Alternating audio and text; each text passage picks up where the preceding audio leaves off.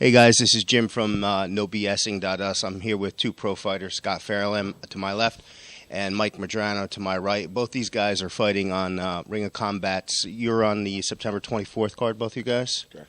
Okay, I know Chris Redline Wing is on that. Scott here is making his pro debut, and what's interesting about Scott is he's bringing into the fight a really good boxing skill set. Scott was Diamond Gloves champion and Golden Gloves champion and undefeated as a pro boxer. So I would like to ask Scott what he plans on, what the game plan is for the fight. He's fighting a really tough guy who's also making his pro debut, Mike Andrillo. Andrillo was a really good amateur, so it looks like an interesting matchup. How do you feel about that, Scott? I feel confident going into the fight. The skills that I possess have only gotten better since coming here to AMA Fight Club. As far as the people that we train with, I think we have the best crew around. Enough to build on certain aspects of my game. And come the 24th, I hope he's ready because I know I am. Yeah, I was watching the training session before the interview today, and it looks like everything is really clicking and all the gears are firing for you, and so everything's looking good. Absolutely, absolutely. Can't wait. Like I said, looking forward to it. We're about 3 weeks out. Cut some weight for this fight. I feel like I'm in the best shape of my life. I'll be going back actually almost 10 years to the day. My pro debut was at Tropicana. So going back, going to be 1 pound over. I fought at 204 back in 2000. Going to go back 10 years later at 205, and same result, knockout. Okay, and why don't you tell us, we've gone back and forth on Facebook a little bit about your fight nickname. Are you going to go with it? Absolutely. Absolutely. It's Scott Silence of the Fairlamb.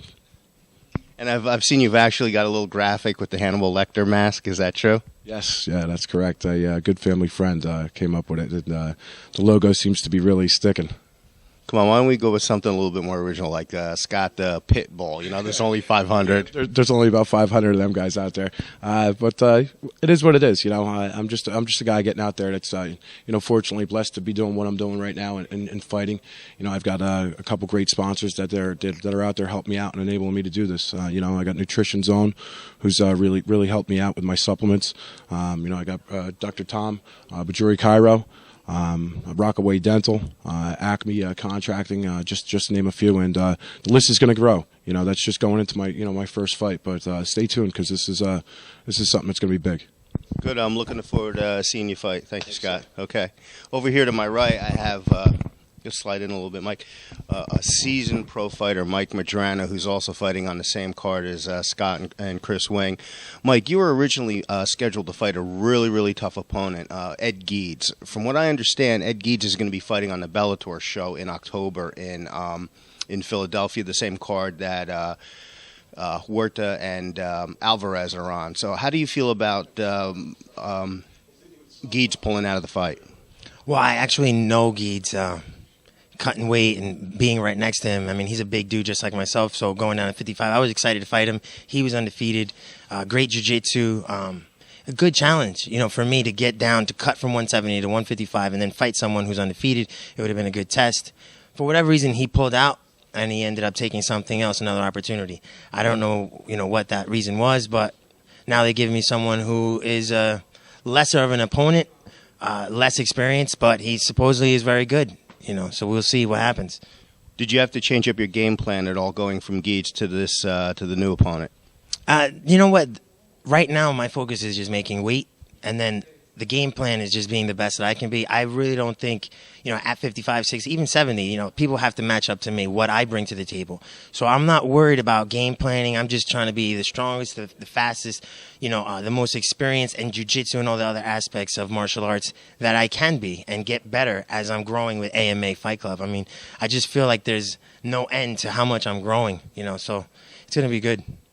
Okay, I'll be there that night, Mike. Now, the Geeds fight, was that scheduled for 55? It was scheduled for a catch weight of 60 because he cuts a lot to get to 55. It's my first time getting to 55, so we kind of met at 160. But, again, for whatever reason, he pulled out. Whether he thought he could, it was too much of a challenge for him because normally he overpowers people. He's not going to be able to do that with me. But he is a nice guy. So I don't know what his reasoning was, but, he's trying to look after his career and get to where I'm trying to get to is the UFC. So let's see what happens. Maybe in the future we'll meet up, but there are a list of people at 155 that I want to fight, and we're going to go through the list. Now, the fight on the 24th card, Ring of Combat, what weight is that at? It's actually 160. to help my body learn how to be skinny. And it's a good opponent, a stand-up, a judo guy named Joe Aviles. So it's going to be a good challenge for me to first make the weight and then perform at my highest level at that weight. Now, when you fought LaFleur, that was at 70, correct?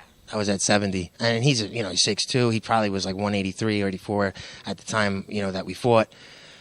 Unfortunately, I took a loss, but it was a tough challenge. It was for a title shot. I can never say no to a title shot. But even before that, we already determined, when I signed with AMA, to go down to 55. So when they offered me that title shot at 70, I had to take it. It was just something that you have to do before I made that challenge of going down to 55. Yeah, you and I have talked several times here, and I've always said the lighter you get, the better you're going to do, because the issue that you seem to have is with these really tall guys. They're tall for you. I really think once you get down to 55, you're going to be a beast. Yeah, I feel that. Even with my knockout power at 70, they're just right out of my reach. You know what I mean? I'm barely nipping their chin. So at 155, people are going to be a little bit smaller, and I'm really going to start unleashing that power on people and just settling into that box and start throwing my hands. So it's going to be good. Great. Looking forward to it, Mike. Good luck. All right, man.